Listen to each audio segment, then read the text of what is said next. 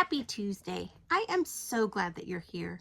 Last week we were talking about how God created us with a purpose and a plan, and we all are created with different personalities and different strengths and so on.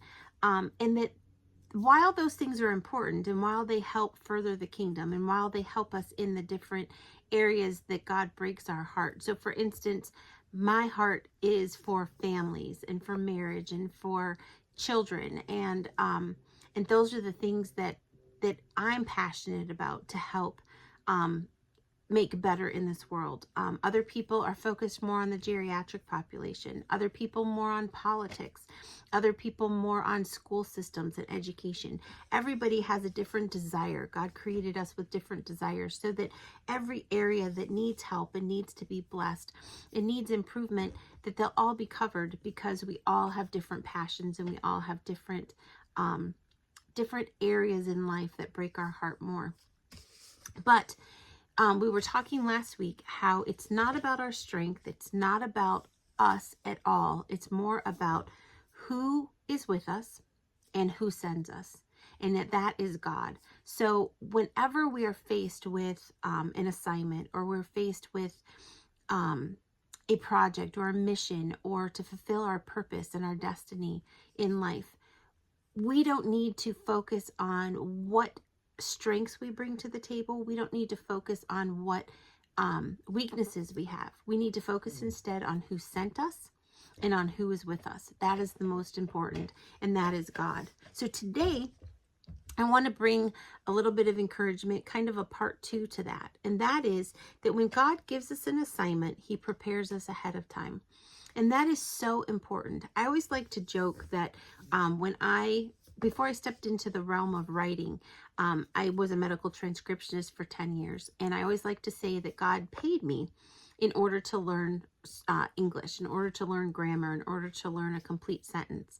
And he has not stopped doing that yet. So once I stepped into the writer realm, there's still so many things that you need to learn about marketing and self-publishing, which is the avenue that I chose. Or if you're going to go traditional publishing, then query letters and proposals and things like that. And he taught me all of that, again, while getting a paycheck.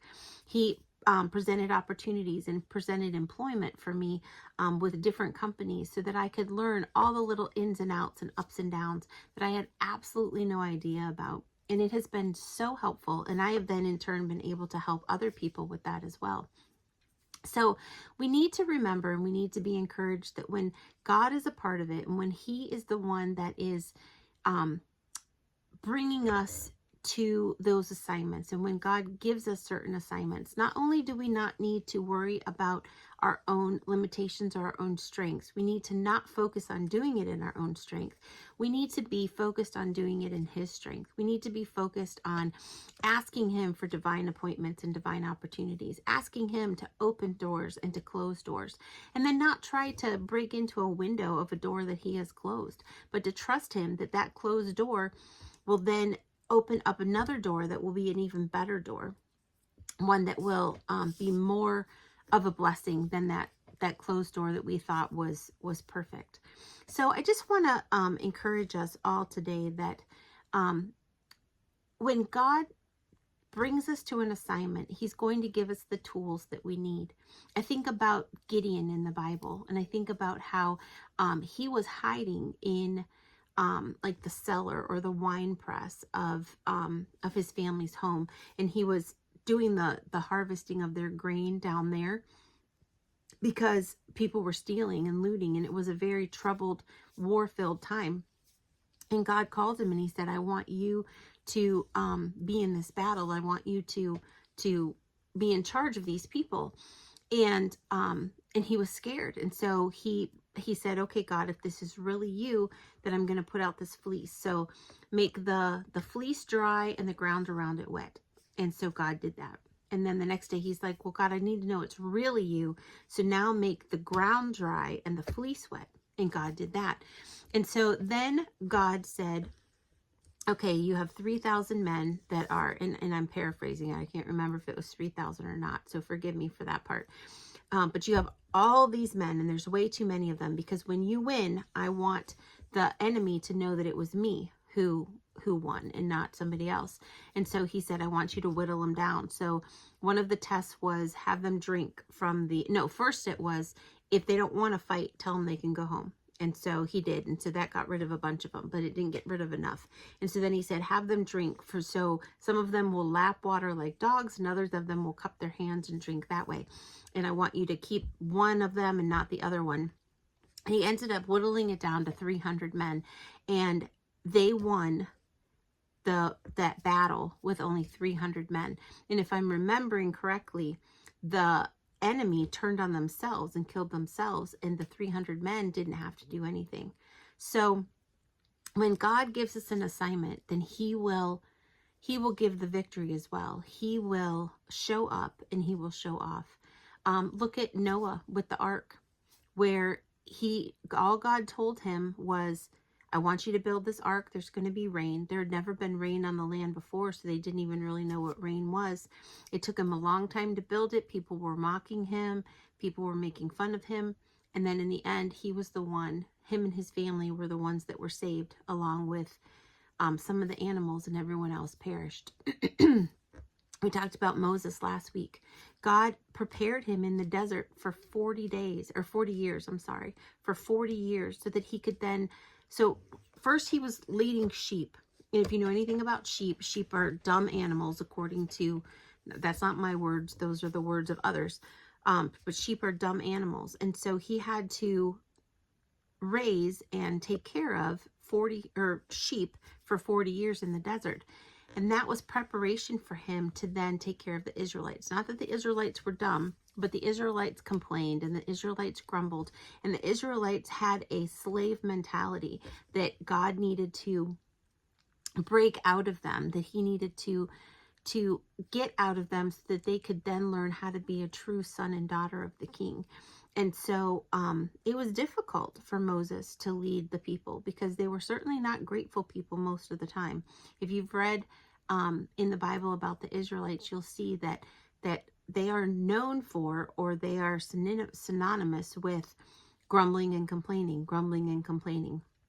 They were constantly asking God.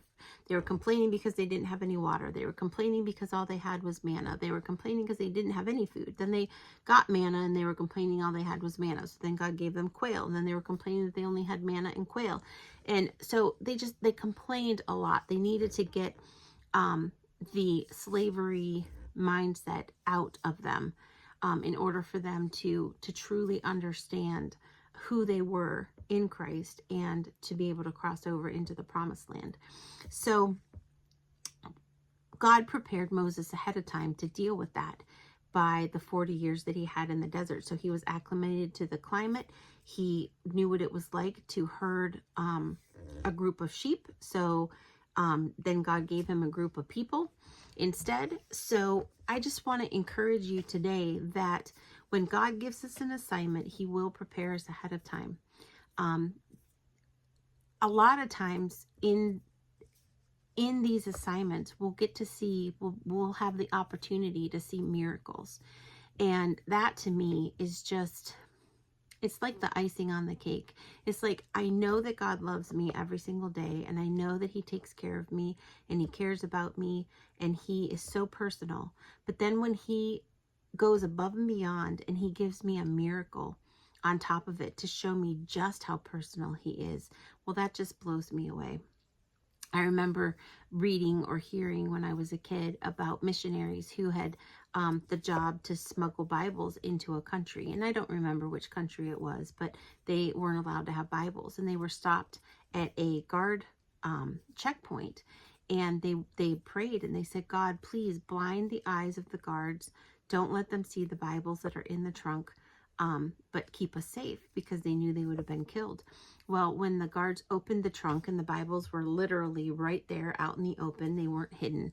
The guards didn't even see them. God blinded their eyes, and they let them go, and they let them pass, and all was good. And so when God gives us an assignment, it doesn't always end up like that, but we can be rest assured that he will prepare us ahead of time, either through training, through whatever it is. So God is not a set it and forget it God. God doesn't do things the same every single time, but he's such a personal God, and he's going to, even in different seasons in your life, he will answer your prayers in different ways. So I just want to encourage you with that when God has given us the assignment, that we can rest assured that he will prepare us beforehand. And then remember from last week that God is with us and God is the one who sent us.